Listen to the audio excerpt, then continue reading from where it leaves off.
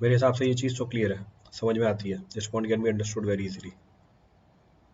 चलो next point of reference क्या बोल रहा है कि आपकी फाउंडेशन ऐसी डेप्थ पे लोकेट होनी चाहिए कि उसकी प्रॉपर्टी पे फर्क नहीं पड़े सीजनल वेरिएशन से।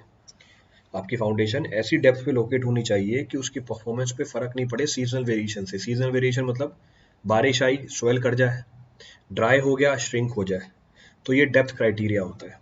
टेम्परेचर फॉल कर गया, हमारी जो वाटर है आइस में कन्वर्ट हो जाएगी, फ्रीजिंग हो जाएगा। टेम्परेचर बढ़ गया, थॉइंग हो जाएगी, यानी मेल्ट हो जाएगा, सॉइल सॉफ्ट हो जाएगी। तो ये हमारा लोकेशन और डेप्थ क्राइटेरिया है। This is our location and depth criteria. Clear है चीज? रिपीट करना है इसमें से कुछ भी? तो मेरे हिसाब से ये बात तो समझ में आती है। This point can be understood very easily. चलो आगे बढ़ते हैं। So will continue. Next point of reference क्या बोल रहा है? नेक्स्ट पॉइंट ऑफ रेफरेंस बोल रहा है कि हमारी जो फाउंडेशन है ये सेफ होनी चाहिए सेटलमेंट क्राइटेरिया में, और सेटलमेंट क्राइटेरिया में से भी जो डिफरेंशियल सेटलमेंट है उस क्राइटेरिया को तो कम से कम फुलफिल करनी चाहिए। रीजन बीइंग, अगर हमारी डिफरेंशियल सेटलमेंट हुई अगर हमारी डिफरेंशियल सेटलमेंट हुई तो ऐसा हो सकता है जो हमारा स्ट्रक्चर है वो अपनी यूटिलिटी लॉस कर दे। भले ही डैमेज नहीं हो पर अपनी यूटिलिटी लॉस कर दे और उसकी एस्थेटिक वैल्यू क्या हो जाए, कम हो जाए। इस एस्थेटिक वैल्यू विल डिक्रीज।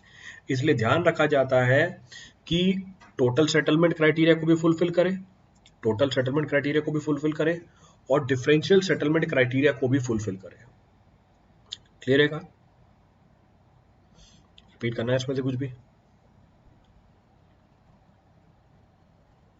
तो मेरे हिसाब से दोनों बातें समझ में आती हैं। These points can be understood very clearly. Clear है? चलो आगे बढ़ते हैं। So we'll continue. Now I'll be talking about the most important terms of this foundation engineering. ये सबसे important term है foundation engineering की, तो ध्यान से सुनना इनको। These are the most important terms क्योंकि आगे वाली सारे जो डिजाइनिंग के एस्पेक्ट है वो बेस्ड ही इसके ऊपर है, तो मुझे इन सारी टर्म्स के बीच में डिफरेंस क्लियरली पता होना चाहिए। I should know the clear difference. I should know the clear difference in all these terms that are mentioned here. अब क्या है एक एक करके उठाते हैं। पहला टर्म है हमारा ग्रॉस प्रेशर। इसको आप ग्रॉस प्रेशर भी बोल सकते हो या ग्रॉस लोडिंग इंटेंसिटी भी बोल सकते हो। You may term this as gross pressure या ग्रॉस लोडिंग इंटेंसिटी। ये क्या होता है? For a footing constructed with its base at a depth D below the ground surface. आपने एक फुटिंग को बनाया डीएफ डेप्थ ग्राउंड सरफेस के नीचे, डीएफ डेप्थ ग्राउंड सरफेस के नीचे, तो फुटिंग के बेस पे जो टोटल प्रेशर लग रहा है, टोटल प्रेशर किसकी वजह से? टोटल प्रेशर सुपरस्ट्रक्चर के वेट की वजह से, सॉइल के वेट की वजह से और फुटिंग की वेट की वजह से। इसको हम ग्रॉस प्रेशर बोल देते हैं। This is technically termed as gross pressure. इसको समझाने के लिए डायग्राम भी है मेरे पास। To understand this I have a diagram. एक बार डायग्राम अगर दिखा देता हूँ तो वो पूरी बात क्लियर हो जाती है। वो डायग्राम कहाँ पर है? पीछे चला गया क्या डायग्राम? था तो सही, हाँ ये रहा डायग्राम बना हुआ मेरे पास। देखिए, तो आपने फुटिंग को बनाया eight a depth of DF, तो डीएफ डेप्थ पे हमारे सुपरस्ट्रक्चर का वेट, हमारे फुटिंग का वेट और सॉइल का वेट, इसको जोड़ के जो प्रेशर निकल के आएगा उसको हम बोलेंगे ग्रॉस प्रेशर या ग्रॉस लोडिंग इंटेंसिटी। तो total pressure at the base of the footing is termed as gross pressure या ग्रॉस लोडिंग इंटेंसिटी। कोई सा ही पॉइंट रिपीट करना हो उसमें से। क्लियर है चीज? रिपीट करना है इसमें से कुछ? चलो आगे बढ़ते हैं। Next point of reference. अब जो डिफॉर्मेशन होती है सॉइल की below the base of the footing, जो डिफॉर्मेशन है सॉइल की below the base of the footing, it is not caused by the total pressure, it is caused by the pressure which is over and above the pressure which was originally present before the construction of the footing. कहने का मतलब है DF depth तक पहले भी तो pressure था जब हमने फुटिंग नहीं बनाई थी। किसकी वजह से था? सॉइल के वेट की वजह से था। तो जो डिफॉर्मेशन हो रही है वो किसकी वजह से हो रही है? पहले जो प्रेशर था उसके एक्सेस में जो प्रेशर आया उसी वजह से डिफॉर्मेशन होगी। तो इस एक्सेस प्रेशर को हम बोल देते हैं नेट प्रेशर या net loading intensity. So you can say difference between the gross pressure and the overburden pressure at the base of the footing, it is termed as net pressure. तो मैं कैसे निकालूंगा नेट प्रेशर? ग्रॉस प्रेशर में से क्या घटा दो? Soil का वेट घटा दो। क्लियर है? अगर आप वाटर टेबल के इफेक्ट को भी इंक्लूड करना चाहते हो तो यूनिट वेट कौन सी लोगे? अफेक्टिव यूनिट वेट लोगे, यानी सबमर्ज यूनिट वेट लोगे। क्लियर है चीज? रिपीट करना है इसमें से कुछ भी? तो अगर आपको ग्रॉस प्रेशर निकालना है, कैसे निकाला जाएगा? सुपर स्ट्रक्चर का वेट, फुटिंग का वेट, सॉइल का weight divide by what area of the footing. अगर मुझे नेट प्रेशर निकालना है, इस ग्रॉस प्रेशर में से क्या घटा दूंगा? सॉइल के वेट को घटा दूंगा। I will subtract the weight of the soil. Clear है? हाँ, सारे load divide by the area of the footing, ये आपको ग्रॉस प्रेशर दे देगा। तो अभी तक हमने किसकी बात करी? कितना प्रेशर लग रहा है फुटिंग के बेस पे। वो ग्रॉस भी हो सकता है, वो नेट भी हो सकता है। It may be gross also, it may be net also. कोई सा पॉइंट रिपीट करना उसमें से किसी के लिए? Any point to be repeated from this for anyone? चलें आगे, शैल वी कंटिन्यू? चलो आगे बढ़ते हैं। अब हम बात करते हैं बेयरिंग कैपेसिटी की, अल्टीमेट बेयरिंग कैपेसिटी। अब क्या है अल्टीमेट बेयरिंग कैपेसिटी? जैसे जैसे लोड बढ़ता जाएगा फुटिंग के बेस के ऊपर, किसकी वजह से बढ़ता जाएगा? सुपर स्ट्रक्चर का वेट बढ़ रहा है। जैसे जैसे लोड बढ़ता जाएगा फुटिंग के बेस के ऊपर, एक स्टेज ऐसी आएगी when the pressure will cause the share failure of the soil. तो अगर मैं फुटिंग के ऊपर लोड बढ़ाता जाऊं सुपर स्ट्रक्चर का, एक लोड पे या एक प्रेशर पे हमारी सॉइल फेल कर जाएगी शेयर में। तो वो maximum gross pressure intensity loading की जो सॉइल सपोर्ट कर सकती है बिफोर इट फेल्स, या वो मिनिमम ग्रॉस प्रेशर इंटेंसिटी जिसपे सॉइल फेल कर जाती है शेयर में, इसको हम बोल देते हैं अल्टीमेट बेयरिंग कैपेसिटी। क्लियर चीज? तो अगर हम फुटिंग के ऊपर लोड बढ़ाते जाएंगे, एक प्रेशर ऐसा मिलेगा जिसपे हमारी सॉइल शेयर में फेल कर जाएगी, इसको हम क्या बोलेंगे? Ultimate bearing capacity. तो अल्टीमेट बेयरिंग कैपेसिटी क्या होती है? वो मैक्सिमम प्रेशर जिसपे सॉइल क्या कर जाए? फेल कर जाए शेयर के अंदर। क्लियर है चीज? अब जो अल्टीमेट बेयरिंग कैपेसिटी होती है वो सिर्फ सॉइल की प्रॉपर्टी के ऊपर डिपेंडेंट नहीं है, ये फुटिंग की प्रॉपर्टी के ऊपर भी डिपेंडेंट है। फुटिंग की कौन सी प्रॉपर्टी? फुटिंग की साइज, फुटिंग की शेप, फुटिंग की डेप्थ, लोड कैसा लगाया है आपने, सडन लोडिंग है, ग्रेजुअल लोडिंग है, असेंट्रिकली लोड लगाया है या वर्टिकल लोड लगाया है आपने, या एक्सियल लोड लगाया है। तो ये लोड की प्रॉपर्टी के ऊपर भी डिपेंडेंट है, फुटिंग की प्रॉपर्टी के ऊपर भी डिपेंडेंट है। तो इसको हम बोल देते हैं ultimate bearing capacity of the soil. Clear है पूरी कहानी? रिपीट करना है इस पर से कुछ?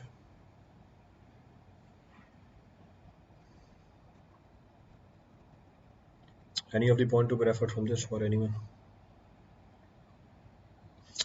चलें आगे, चलो आगे बढ़ते हैं। नेट अल्टीमेट बेयरिंग कैपेसिटी, वो maximum net intensity of loading जिसमें हमारी base of the footing fail कर जाए, किसके अंदर?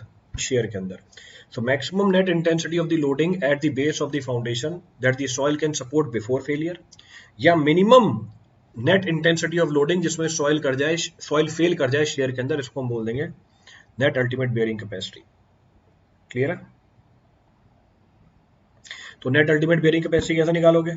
अल्टीमेट बेयरिंग कैपेसिटी में से किसको घटा दो? अल्टीमेट बेयरिंग कैपेसिटी में से किसको घटा दो? ओवरबर्डन प्रेशर को घटा दो, subtract the overburden pressure.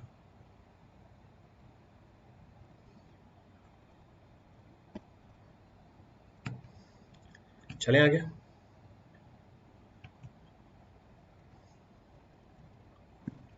Shell we continue? चलो अब बात करते हैं हम नेट सेफ बेयरिंग कैपेसिटी की। नेट सेफ बेयरिंग कैपेसिटी का मतलब क्या है? Maximum net intensity of loading that the soil can safely support without the risk of shear failure. अब सेफली सपोर्ट की बात करी, इसका मतलब इसके ऊपर क्या जोड़ दिया आपने? फैक्टर ऑफ सेफ्टी जोड़ दिया। तो नेट अल्टीमेट बेयरिंग कैपेसिटी के ऊपर अगर आप फैक्टर ऑफ सेफ्टी जोड़ दो, उसको हम क्या बोल देंगे? Net safe bearing capacity. That will be technically termed as net safe bearing capacity. तो नेट अल्टीमेट बेयरिंग कैपेसिटी के ऊपर फैक्टर ऑफ सेफ्टी डाल दिया। जनरली कितना लेके चलते हैं? 2.5 से लेके 3 के बीच में लेके चलते हैं। मिनिमम ग्रॉस प्रेशर इंटेंसिटी समझा दीजिए, मिनिमम ग्रॉस प्रेशर इंटेंसिटी समझा दीजिए जिसपे सॉइल फेल कर जाए। देखो ये हमारी फुटिंग है, ये बेस है, ये स्ट्रक्चर है और ये सॉइल है। तीनों का अलग अलग कंपोनेंट बता रहा हूं। लेट सपोज ये 100 यूनिट है, फुटिंग का वेट है 20 यूनिट, सॉइल का वेट है 10 यूनिट।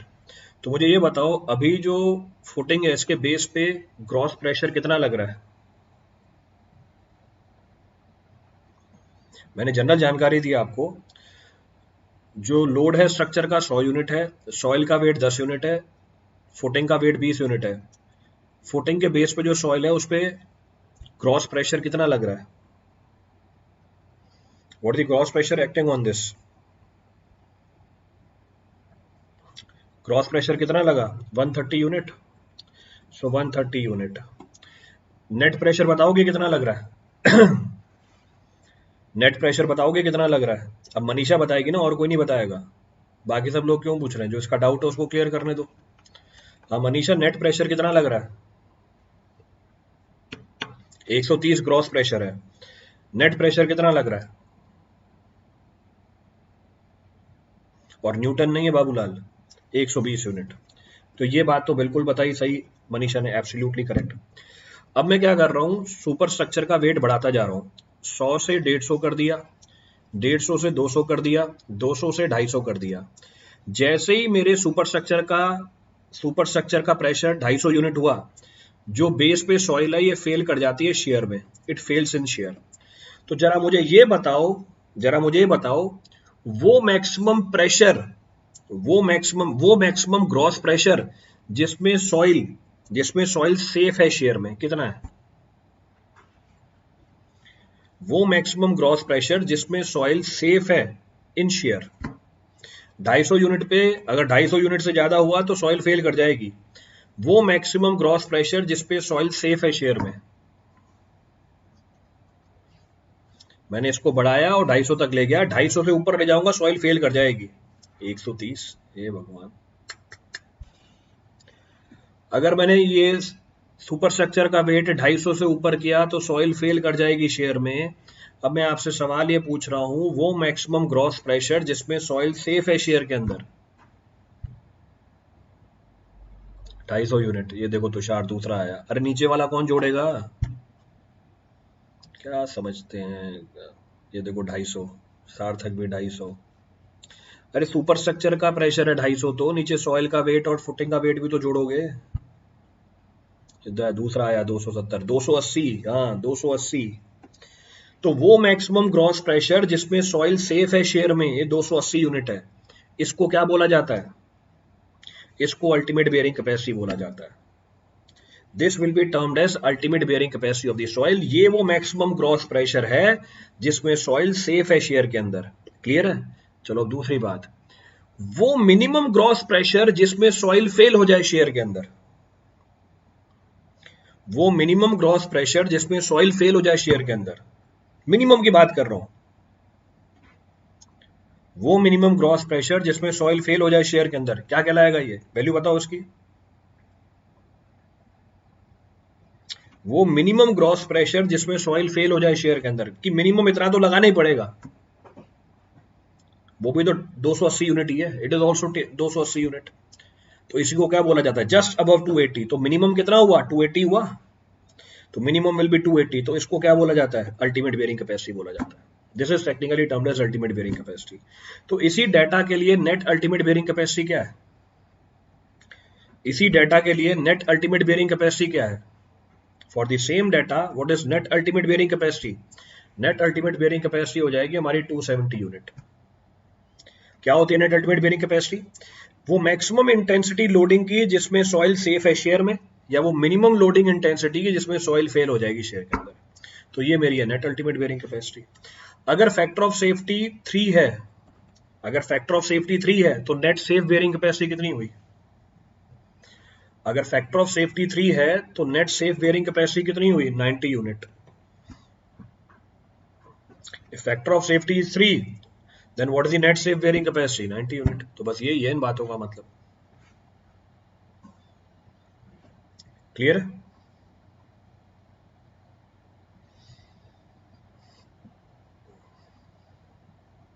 क्लियर है चीज? आपने ये फैक्टर ऑफ सेफ्टी क्यों लगाई? Why this factor of safety is applied? मैंने ये 3 फैक्टर ऑफ सेफ्टी क्यों लगाई है? Why this factor of safety 3 is applied? तो मैं जो नेट प्रेशर लगाऊंगा इस फुटिंग के ऊपर वो 90 यूनिट का लगाऊंगा। Why this factor of safety is applied? Meena ji क्या बोल रहे हैं ये? मैं बोल रहा हूं ये फैक्टर ऑफ सेफ्टी 3 की क्यों अप्लाई करी? ये फैक्टर ऑफ सेफ्टी 3 की इसलिए अप्लाई करी क्योंकि ये जो सुपर स्ट्रक्चर का लोड है ये बढ़ सकता है, ये आगे जाके बढ़ सकता है, इसलिए फैक्टर ऑफ सेफ्टी लगाई। तो हम तो कितना लेके चलेंगे? हम लेके चलेंगे net safe bearing capacity 90 unit, जिसमें से 30 यूनिट तो ये, जिसमें से 20 यूनिट तो यही है, यानी इसके ऊपर कितना लोड लगा के चलोगे आप? यानी इसके ऊपर कितना लोड लगा के चलोगे? 90 में से 20 यूनिट तो ये चला गया, यानी आप फुटिंग के ऊपर सुपर स्ट्रक्चर का वेट कितना रखोगे? बस 70 यूनिट रखोगे। और फैक्टर ऑफ सेफ्टी इसलिए लगाई है क्योंकि ये 70 से बढ़ सकता है आगे फ्यूचर में, it can increase after 70 also, इसलिए फैक्टर ऑफ सेफ्टी लगाई जाती है। क्लियर है? अब ये फ्यूचर में बढ़ सकता है, जरा मुझे ये बताना, क्या सॉइल का वेट फ्यूचर में बढ़ सकता है क्या? तो जो सुपर स्ट्रक्चर का वेट है वो तो फ्यूचर में बढ़ सकता है, पर क्या सॉइल का वेट फ्यूचर में बढ़ सकता है क्या? क्या ये सॉइल का जो वेट है सुपर स्ट्रक्चर में बढ़ सकता है? नहीं। इसलिए फैक्टर ऑफ सेफ्टी किसके ऊपर नहीं लगाते? इसलिए फैक्टर ऑफ सेफ्टी हम इस सॉइल के वेट के ऊपर नहीं लगाते। तो अगर आपको ग्रॉस सेफ बेयरिंग कैपेसिटी निकालनी है तो नेट सेफ बेयरिंग कैपेसिटी में जो कितनी आई थी 90, ग्रॉस सेफ बेयरिंग कैपेसिटी में क्या जोड़ दो? सॉइल का वेट जोड़ दो 80 यूनिट, ये हमारी ग्रॉस सेफ बेयरिंग कैपेसिटी है। तो ध्यान रखना सॉइल के वेट के ऊपर हमने फैक्टर ऑफ सेफ्टी नहीं लगाया। क्यों? क्योंकि ये सॉइल का वेट तो सदियों से लग रहा है यहाँ पे, तो इसके बढ़ने के तो कोई चांसेस नहीं है, पर जो सुपर स्ट्रक्चर का लोड है वो बढ़ सकता है। क्लियर है पूरी कहानी? तो आप ये नहीं बोलोगे कि gross safe bearing capacity is equal to ultimate bearing capacity by factor of safety, ये नहीं होता है। This is not the concept. क्योंकि अगर आपने ऐसा किया, इसका मतलब आपने क्या किया? इसका मतलब आपने net ultimate plus gamma DF bye factor of safety, आपने सॉइल के वेट के ऊपर भी फैक्टर ऑफ सेफ्टी लगा दी। और हम सॉइल के वेट के ऊपर फैक्टर ऑफ सेफ्टी नहीं लगाएंगे क्योंकि वो तो सदियों से उतना ही चल रहा है। क्लियर है पूरी कहानी? और वही मैंने अंग्रेजी में लिखा हुआ है, तो लिखा हुआ है, कहाँ लिखा हुआ है? Since the additional term due to self weight gamma df is available in full depth and in present from the past history, it is logical and rational not to use the factor of safety for this term. तो ये logical है और reasonable है कि हम factor of safety किसके ऊपर नहीं लगाएं? सॉइल के ऊपर नहीं लगाएं।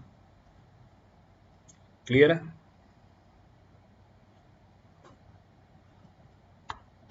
कोई सा पॉइंट रिपीट करना हो इसमें से अब किसी के लिए?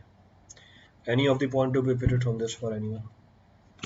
तो इन बातों का मतलब पता होना चाहिए मुझे।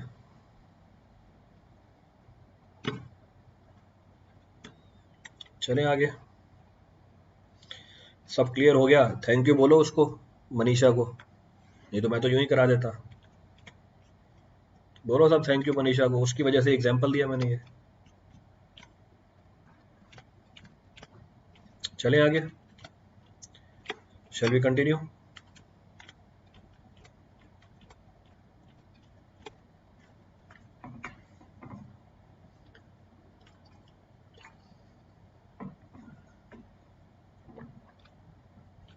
सत्तर वाला पॉइंट तो ये था कि फैक्टर ऑफ सेफ्टी है 90 यूनिट की, 20 यूनिट सॉइल, 20 यूनिट फुटिंग का वेट है, तो हमारे स्ट्रक्चर का वेट कितना निकल के आ गया? 70 यूनिट आ गया। 90 में से 20 घटा दिया, 70 यूनिट हो गया। तो ये चीज बताई थी 70 यूनिट। चलिए नेक्स्ट पॉइंट ऑफ रेफरेंस, ये जो बेयरिंग कैपेसिटी टर्म है ये हमने कौन से फेलियर के लिए यूज किया? ये जो सेफ बेयरिंग कैपेसिटी टर्म है या बेयरिंग कैपेसिटी टर्म है, ये हमने किसके लिए यूज किया? शेयर फेलियर के लिए यूज किया। अब आगे बढ़ते हैं। जो हमने टर्म यूज किया बेयरिंग कैपेसिटी का, ये शेयर फेलियर के लिए होता है। अब हम आगे बढ़े, नेट सेफ बेयरिंग प्रेशर। अब मैं बेयरिंग प्रेशर टर्म यूज कर रहा हूं। बेयरिंग प्रेशर टर्म यूज किया जाता है सेटलमेंट फेलियर के लिए। तो अब खुद बताओगे आप नेट सेफ बेयरिंग प्रेशर क्या है? नेट सेफ बेयरिंग प्रेशर का मतलब है maximum net intensity of loading that can be allowed on the soil without settlement failure. तो maximum net intensity of loading that can be allowed on the soil without settlement failure, इसको हम बोलेंगे net safe bearing capacity। अब net safe bearing capacity, net safe bearing pressure निकालने के लिए net bearing pressure के ऊपर फैक्टर ऑफ सेफ्टी नहीं लगाई जाती। मैं फिर से रिपीट कर रहा हूं, बेयरिंग प्रेशर टर्म यूज करते हैं हम सेटलमेंट फेलियर के लिए। नेट सेफ का मतलब आपको पीछे बता दिया था, maximum net intensity of loading which can be applied on the soil without settlement failure. तो नेट सेफ बेयरिंग प्रेशर निकालने के लिए आप नेट बेयरिंग प्रेशर के ऊपर फैक्टर ऑफ सेफ्टी नहीं लगाओगे। रीजन बीइंग, जो सेटलमेंट हम कंसीडर करते हैं, कैसे कंसीडर करते हैं? कोड से। कोड में उस सेटलमेंट के ऊपर ही फैक्टर ऑफ सेफ्टी लगी हुई होती है, तो आप दोबारा फैक्टर ऑफ सेफ्टी मत लगा देना। तो अगर मैं ये बोलूं कि फुटिंग की परमिसिबल सेटलमेंट 50 mm है, अगर मैं ये बोलूं कि फुटिंग की परमिसिबल सेटलमेंट 50 mm है, इसमें फैक्टर ऑफ सेफ्टी लगी हुई है पहले से। एक्चुअल में तो परमिसिबल सेटलमेंट होगी या एक्चुअल सेटलमेंट होगी 100 mm की, यानी फुटिंग 100 mm पे भी फेल नहीं करेगी, पर मैं लेके कितनी चलूंगा? 50 mm, तो मैंने फैक्टर ऑफ सेफ्टी यहां पहले ही जोड़ दिया है। तो जब आप नेट सेफ बेयरिंग प्रेशर निकालोगे तो दोबारा फैक्टर ऑफ सेफ्टी नहीं जोड़ोगे। क्लियर है चीज?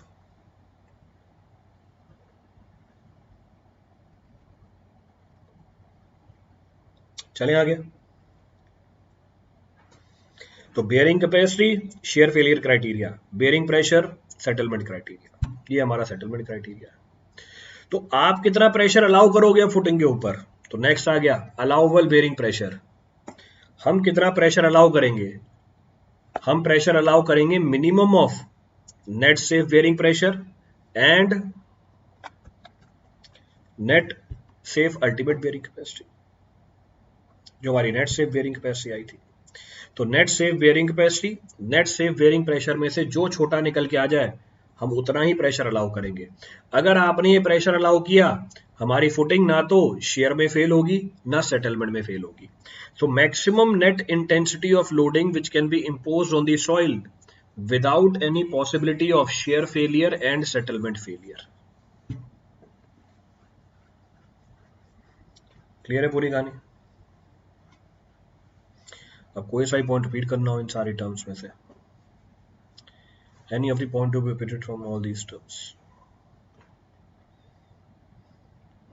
सर दोनों इक्वल आ जाए, तब दोनों इक्वल आ जाए, दोनों को लड़ा देंगे। अब देखो ये नाम है सीपीडब्ल्यू इंजीनियर और सवाल ये पूछ रहा है दोनों बराबर आ गए तब भी मिनिमम वैल्यू लोगे तो वही वैल्यू चलेगी, मतलब ये सवाल है।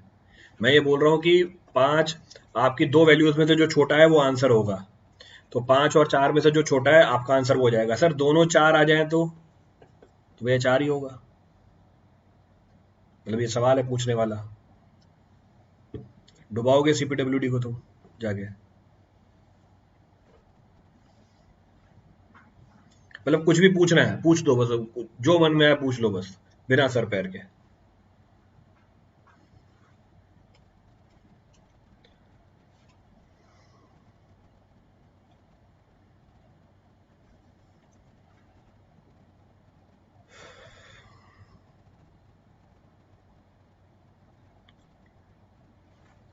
चलो आगे बढ़ते हैं। Next point of reference, next point of reference, next point of reference ये है, नेक्स्ट पॉइंट ऑफ रेफरेंस ये है कि कई बार कई लिटरेचर में आपको बेयरिंग कैपेसिटी और बेयरिंग प्रेशर दोनों अलग अलग क्राइटेरिया के लिए लिख के दे देगा। जैसे हमने बेयरिंग कैपेसिटी किसके लिए यूज किया? हमने बेयरिंग कैपेसिटी यूज किया शेयर फेलियर क्राइटेरिया के लिए, हमने बेयरिंग प्रेशर यूज किया सेटलमेंट क्राइटेरिया के लिए, पर कई किताबों में आपको इसका जस्ट उल्टा लिख के दे देगा। अब परेशान मत होने लग जाना, हमें यही नॉमेनक्लेचर यूज करनी है, we have to use the same nomenclature. Clear है? रिपीट करना है इसमें कुछ भी, तो इसलिए नोट करके मेंशन कराया आप में से, क्योंकि अभी आएंगे भागते हुए सर लोग, सर इस किताब में तो ये लिखा हुआ है, सर उस किताब में तो ये उल्टा लिखा हुआ है। तो पहले मैंने खुद ही बता दिया है कि हमने सेटलमेंट क्राइटेरिया के लिए बेयरिंग प्रेशर टर्म यूज करी है, हमने बेयरिंग कैपेसिटी क्राइटेरिया यूज किया है शेयर फेलियर के लिए, पर कई बार कई लिटरेचर में आपको जस्ट उल्टा लिख के दे देगा, आपको यही फॉलो करनी है, you have to follow this only.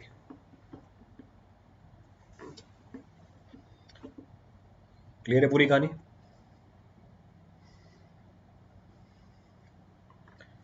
चलो आगे बढ़ते हैं। सवाल भी दे दिया बीच में, लो भैया सवाल लो। Which of the following has the least bearing capacity?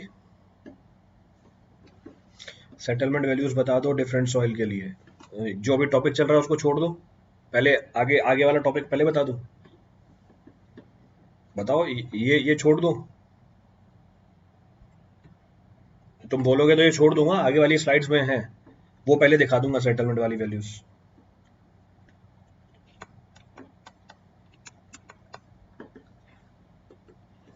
So which of the following has the least bearing capacity? सवाल बोल रहा है इनमें से किसकी बेयरिंग कैपेसिटी सबसे कम है? Loose gravel, hard rock, soft rock, compact gravel. तो रॉक की बेयरिंग कैपेसिटी वैसे ही ज्यादा होगी, एक कॉम्पैक्ट ग्रेवल है यानी डेंसनेस ज्यादा है, denseness is more. Loose gravel की डेंसनेस कम है, so loose gravel will have the least bearing capacity. इसकी बेयरिंग कैपेसिटी सबसे कम निकल के आ जाएगी।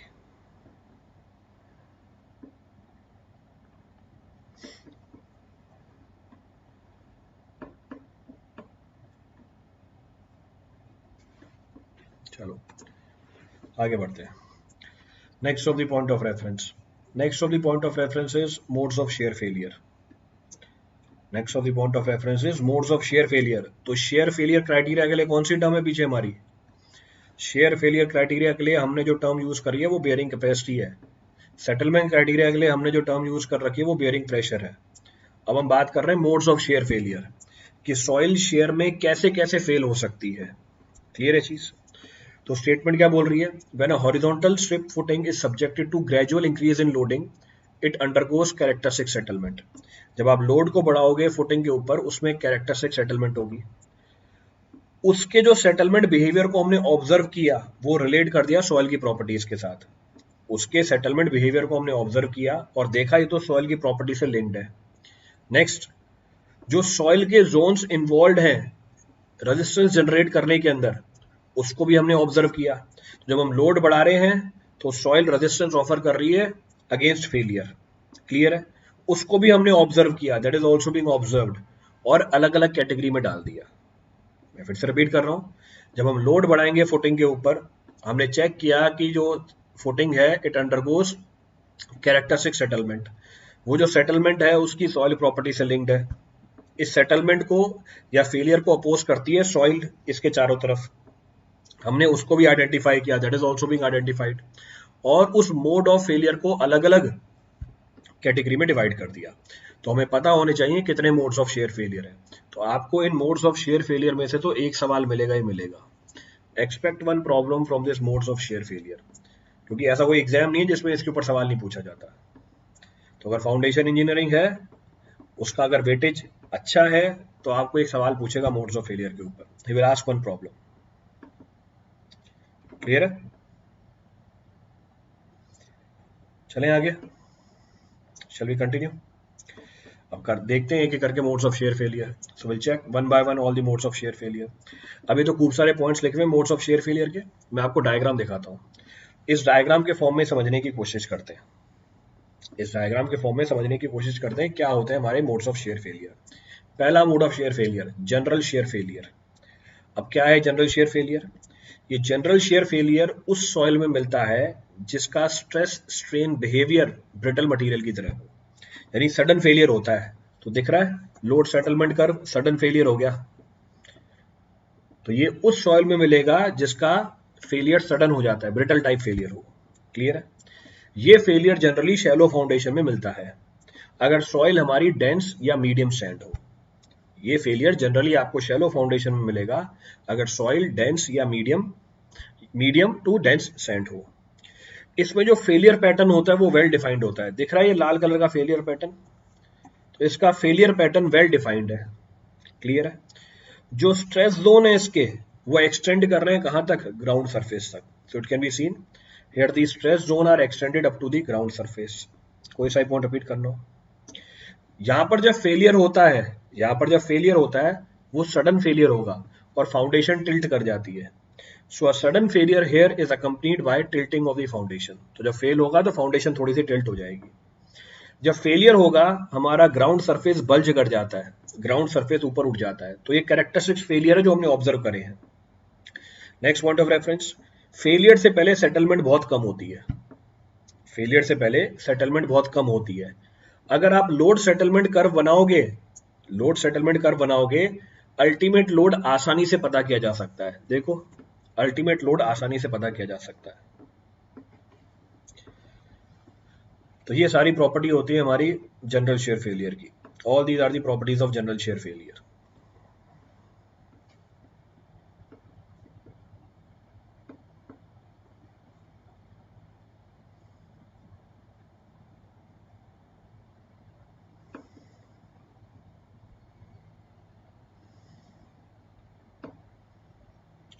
क्लियर है पूरी कहानी?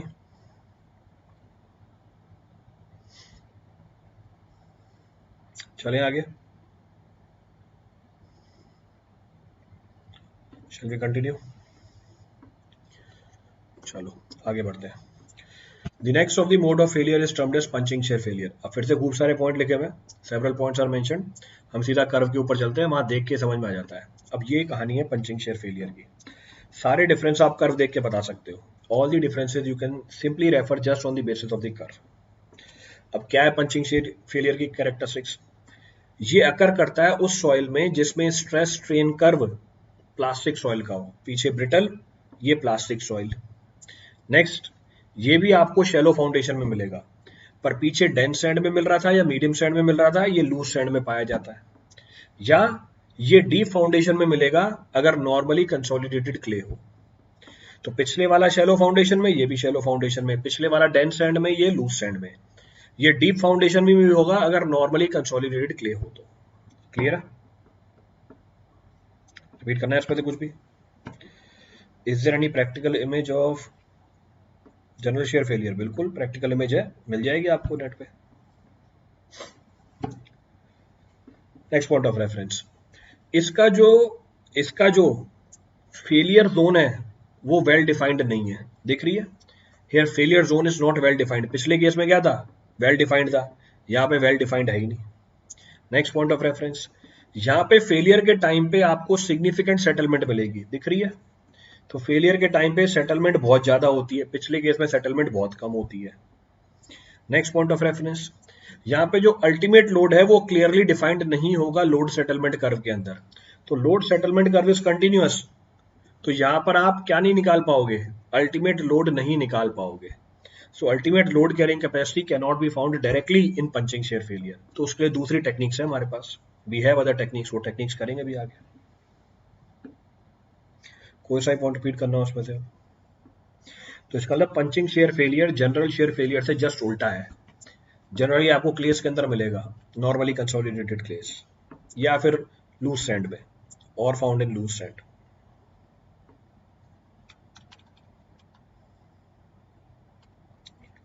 चले आगे। So first of the failure was general shear failure, the second of the failure is punching shear failure. The third of the failure which is available, is termed as, तीसरा फेलियर इन दोनों के बीच में है, local shear failure. और local shear failure की properties इन दोनों के बीच में होती हैं, जनरल के और पंचिंग के बीच में। फिर से समझने के लिए क्या करेंगे, हम डायग्राम को उठाएंगे। तो जनरल शेयर फेलियर और पंचिंग शेयर फेलियर की इंटरमीडिएट प्रॉपर्टीज क्या है? इंटरमीडिएट प्रॉपर्टीज, पहला पॉइंट क्या बोल सकते हैं? The first point we can say, यहाँ पे जो फेलियर जोन है वो वेल डिफाइंड है, जैसे पीछे वेल डिफाइंड थे, बट वो एक्सटेंड करते हैं सिर्फ कहां तक? वो एक्सटेंड करते हैं बीनीथ द फाउंडेशन। वो कहां नहीं जाती फेलियर जोन? हमारी सरफेस तक नहीं जाती। जो हमारी फेलियर जोन है वो वेल डिफाइंड है, पर कहां तक रहती है? फाउंडेशन तक ही रहती है, नीचे। पहले वाले केस में ग्राउंड सरफेस तक जा रही थी, दूसरे वाले में तो क्लियरली डिफाइंड थी नहीं। यहाँ पर क्लियरली डिफाइंड है पर फाउंडेशन लेवल तक ही जाती है। नेक्स्ट, पहले वाले केस में सेटलमेंट के टाइम पे बल्जिंग हो रही थी, दूसरे वाले केस में नहीं हो रही थी बल्जिंग। यहाँ पे स्लाइट बल्जिंग हो जाती है। So during failure, slight bulging of the ground surface adjacent to the footing is observed. Next, पहले वाले केस में फेलियर पे सेटलमेंट नहीं होता, दूसरे वाले केस में पंचिंग शेयर फेलियर में सेटलमेंट बहुत ज्यादा थी, इस वाले केस में सेटलमेंट इंटरमीडिएट होती है। क्लियर है चीज? यहां पर भी लोड सेटलमेंट कर्व कंटिन्यूअस होती है जैसे सेकंड वाले केस में थी, तो यहां पर भी अल्टीमेट लोड निकालना मुश्किल पड़ता है। It is difficult to find ultimate load carrying capacity, ये आपको मीडियम डेंस सैंड में मिल जाएगी. You will find this type of failure in medium dense sand.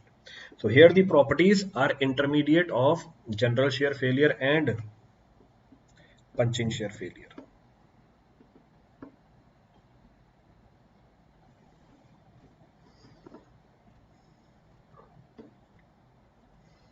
कोई सा ही पॉइंट रिपीट करना उसमें से अब.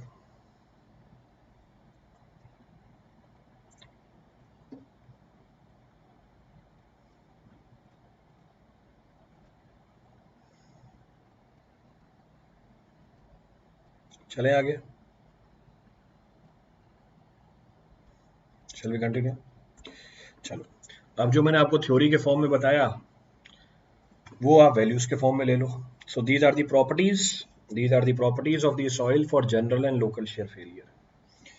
तो जनरल और लोकल शेयर फेलियर को आइडेंटिफाई करने के लिए प्रॉपर्टीज ही दे रखी हैं और इनके ऊपर भी प्रॉब्लम्स आती हैं. Frictional angle for general shear failure more than 36, local share के लिए लेस देन 28. एसपीटी नंबर, ये मत पूछना सर क्या होता है एसपीटी नंबर, अभी करेंगे आगे हम. व्हाट इज एसपीटी नंबर, इसका पूरा टेस्ट करेंगे हम आगे. It should be more than 30 for general shear failure, less than 5 for local shear failure. Relative density पहले चैप्टर में बताया था, डेंसिटी इंडेक्स और रिलेटिव डेंसिटी. मोर देन 70 यानी डेंस, लेस देन 30 यानी लूज. वॉइड रेशियो यहाँ पे क्या है, डेंस के लिए कम होता है, लूज के लिए क्या होता है, ज्यादा होता है. क्ले की अगर प्रॉपर्टी उठाएंगे, अनकन्फाइंड कंप्रेसिव स्ट्रेंथ, क्या था अनकन्फाइंड कंप्रेशन टेस्ट हमने, special form of triaxial test. More than 100, यहाँ पे लेस देन 100. तो यहाँ पे सॉइल की स्ट्रेंथ ज्यादा है, यहाँ पे सॉइल की स्ट्रेंथ कम है. तो general shear failure dense sand में पाई जाएगी.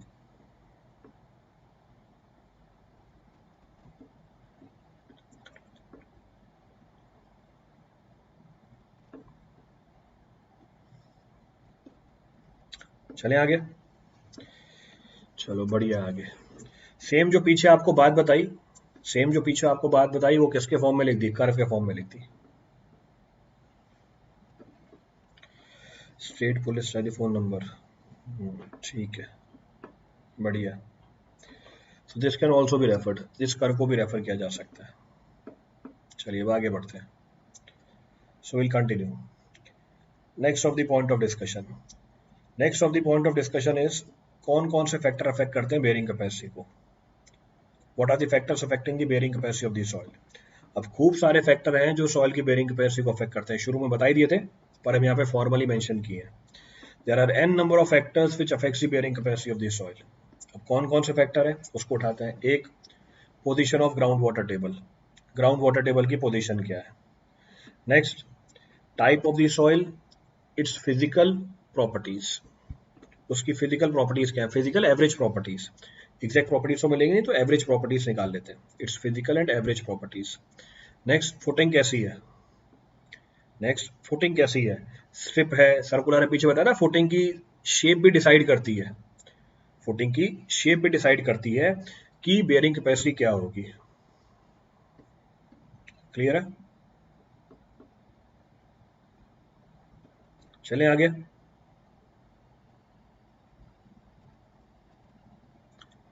Shall we continue? चलो. Next, it also depends upon the size of the footing. ये डिपेंड कर जाता है किसके ऊपर, फुटिंग की साइज के ऊपर भी. Next, it depends upon the nature of the ground surface. Ground surface horizontal है या इंक्लिनेशन पे है. तो नेचर ऑफ ग्राउंड सरफेस भी क्या करेगा, बेयरिंग कैपेसिटी को गवर्न करेगा. It also governs the bearing capacity. Next, loading कैसी है, कॉन्सेंट्रिक है या असेंट्रिक है. इनिशियल स्ट्रेस है या सॉइल के अंदर नहीं है, यानी नॉर्मली कंसोलिडेटेड है या ओवर कंसोलिडेटेड है. क्लियर है. Next point of reference, area भी अफेक्ट करता है. लोडिंग एरिया कैसे अफेक्ट करेगा, bearing capacity per unit area ही होती है. Bearing capacity per unit area ही होती है. तो एरिया ज्यादा हो एरिया कम हो उससे क्या फर्क पड़ेगा. Next, type of shear failure. Next is type of shear failure. General shear failure है, लोकल शेयर फेलियर है या पंचिंग शेयर फेलियर. तो ये सारे फैक्टर मिलके गवर्न करते हैं. All these factors governs the bearing capacity of the soil. ये सारे फैक्टर मिलकर बेयरिंग कैपेसिटी को गवर्न करेंगे।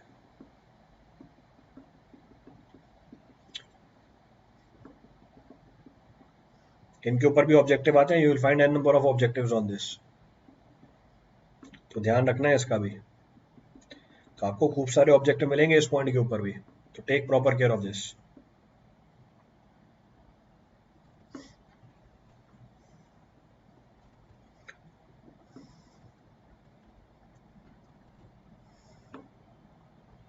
शैल वी कंटिन्यू, आगे बढ़े।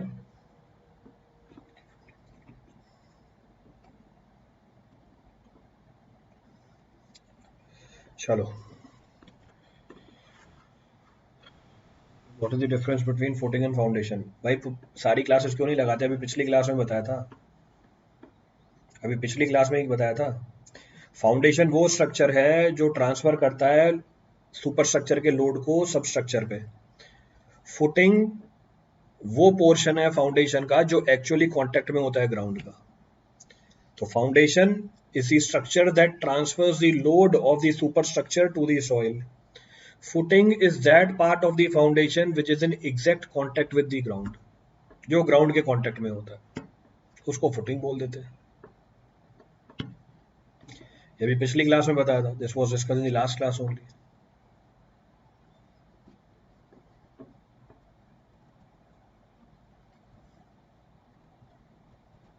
चले आगे।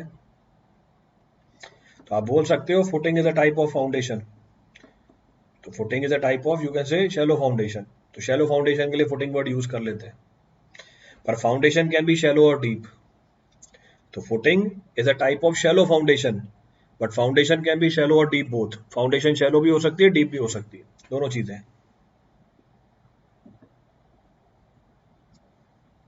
चलो आगे बढ़ते हैं, हो गया बहुत। Next point of reference, next point of reference is the bearing capacity निकाले कैसे, how to find the bearing capacity of the soil.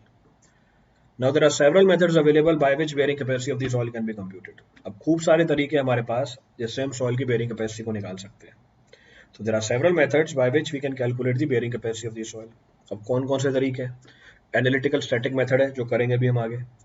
Codal provisions है, बहुत सारी कोडल एजेंसीज है हमारी, जैसे BIS है, जैसे NBC है, जैसे IRC है, जैसे CPWD है। CPWD इंजीनियर भी बैठा हुआ है अभी यहाँ पे, उसको भी पता होगा। तो ऐसी बहुत सारी कोडल एजेंसीज हैं जो डायरेक्टली सॉइल की बेयरिंग कैपेसिटी पब्लिश कर देती हैं, तो आप वहीं से उठा लो कोड में से।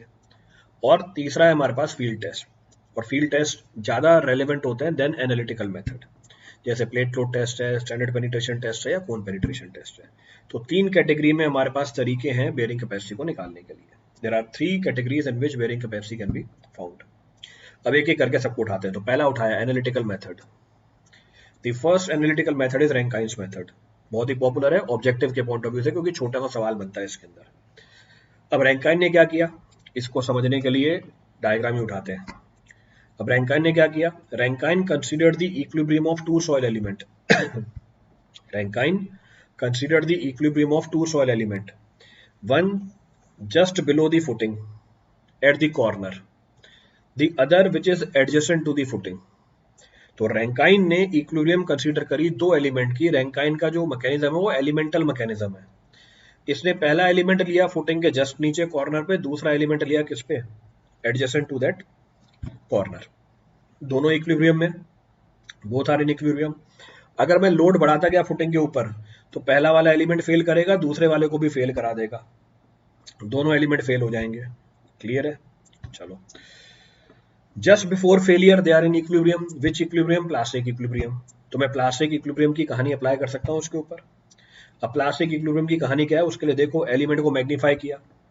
पहला वाला एलिमेंट किसके अंदर है, एक्टिव स्टेट के अंदर है। The first element is in active state. Active state में क्या होती है, मेजर प्रिंसिपल स्ट्रेस होती है हमारी वर्टिकल, और माइनर प्रिंसिपल स्ट्रेस होती है हमारी लेटरल। जो एलिमेंट नंबर 2 है वो पैसिव स्टेट के अंदर है। यहाँ पे मेजर प्रिंसिपल स्ट्रेस क्या होती है हमारी, यहाँ पे मेजर प्रिंसिपल स्ट्रेस क्या होती है हमारी, ये उल्टा लिखा हुआ है। यहाँ पे मेजर प्रिंसिपल स्ट्रेस होती है हमारी लेटरल, माइनर प्रिंसिपल स्ट्रेस क्या होती है हमारी वर्टिकल। यार माइनर प्रिंसिपल स्ट्रेस थी वर्टिकल स्ट्रेस। अब क्योंकि दोनों एलिमेंट के लिए लेटरल स्ट्रेस सेम है, मैंने क्या लिखी, मैंने स्ट्रेस इक्वेशन लिखी, तो आगे लिखी हुई स्ट्रेस इक्वेशन। स्ट्रेस इक्वेशन हमारी होती है sigma 1 is equal to sigma 3 10 square alpha. तो sigma 1 is equal to sigma 3 10 square alpha, 10 square alpha plus 2c 10 alpha. ये हमारी बेसिक क्या है, स्ट्रेस इक्वेशन है।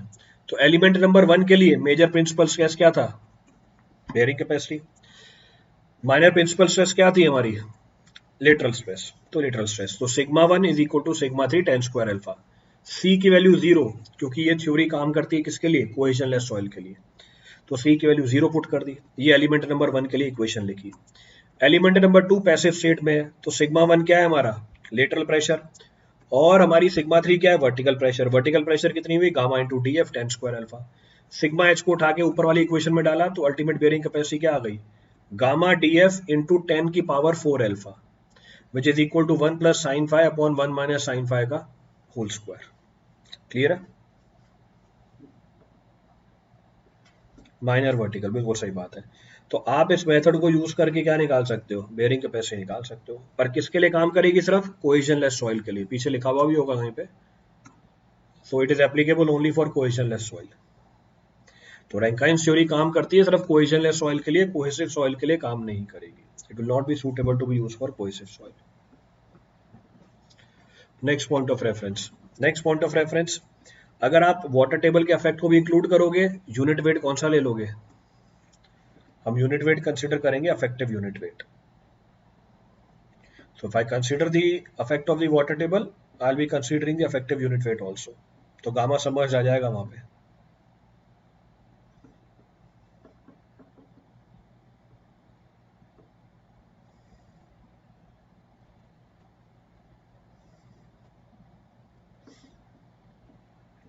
चले आगे।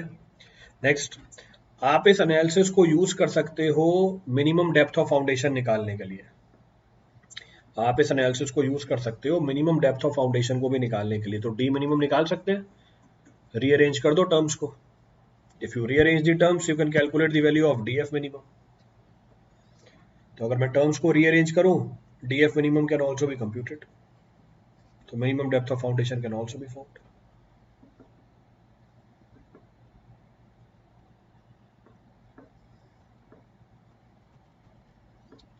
क्लियर है, चलिए अब इसके ड्रॉबैक क्या है इस थ्योरी के, देयर आर सेवरल ड्रॉबैक्स। पहला, it is applicable only to cohesionless soil. It is applicable only to what, cohesionless soil. ये सिर्फ कोहेजनलेस सॉइल के लिए काम करता है। दूसरा ड्रॉबैक, इसमें फुटिंग की विड्थ और साइज का कोई फर्क नहीं पड़ता, there is no effect of the width and size of the footing. Next, अगर मेरी फुटिंग ग्राउंड लेवल पे ही है तो इसके हिसाब से तो बेयरिंग कैपेसिटी जीरो निकल के आ जाएगी। According to this theory, if the footing is on the ground level, the bearing capacity of the soil will come out to be zero. Bearing capacity zero हो जाएगी, जो होता नहीं है, which is not the case. तो ये कुछ drawback निकल के आते हैं। There are certain drawbacks of this theory.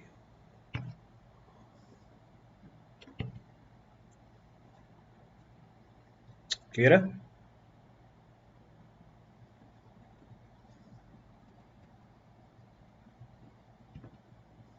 चले आगे।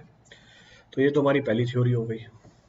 Next, how we take sigma 1 sigma 3 vertical sigma 1, how we take, by seeing the previous lecture also. ये कैसे लेते हैं, उसके लिए अर्थ प्रेशर वाला टॉपिक देखना पड़ता है।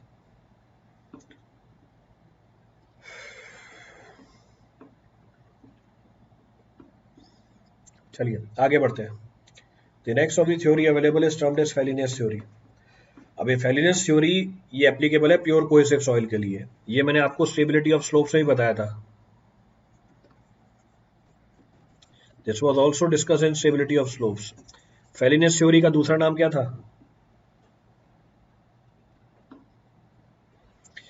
फेलिनियस थ्योरी का दूसरा नाम क्या था, what was the second name given to the Fellenius theory, Swedish slip circle method. तो C5 सॉइल के अंदर, C5 सॉइल के अंदर आपने क्या किया था, एलिमेंट्स कंसीडर कर लिए थे, वहां पे ये फेलिनियस थ्योरी लगी हुई थी। तो बिल्कुल स्लिप सर्कल मेथड है, एब्सोल्युटली करेक्ट। तो ये आपको स्टेबिलिटी ऑफ स्लोप से बताया था। तो ये काम करता है प्योर कोहेसिव सॉइल के लिए। It is applicable only for pure cohesive soil. इस थ्योरी में क्या मानता है ये, in this theory he assumes, फिर से अजम्पशन लिया हुआ है कि जो रप्चर प्लेन है या जो फेलियर प्लेन है वो आर्क है किसका, सर्कल का, it is an arc of the circle. तो डायरेक्टली ऑब्जेक्टिव में ये पूछेगा किसके लिए काम करती है, प्योर कोहेसिव सॉइल के लिए। मोर ओवर इसमें जो फेलियर प्लेन है वो कैसा है, आर्क ऑफ सर्कल है। यही हमने स्टेबिलिटी ऑफ स्लोप्स में किया था। The same was being done by us in the stability of the slopes.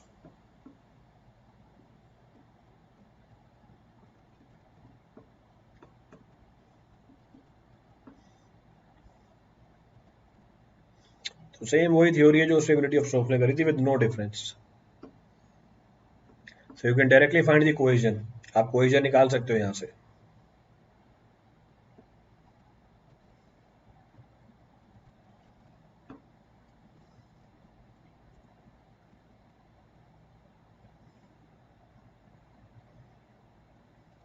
Clear है?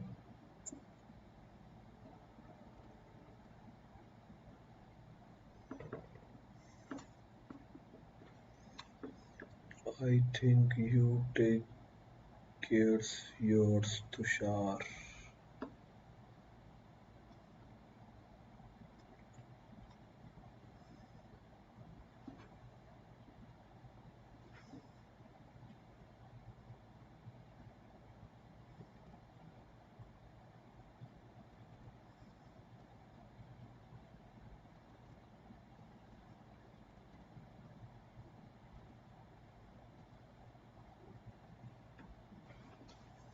क्लियर है?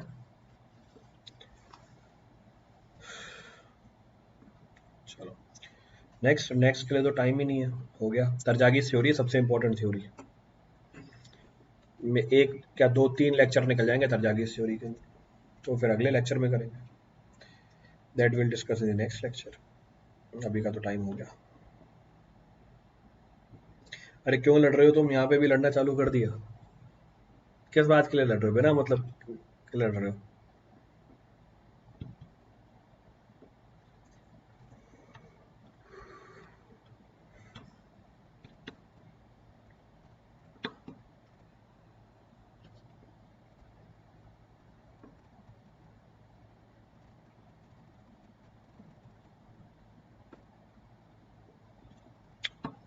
चले आगे, चलिए, thank you everyone, thank you all.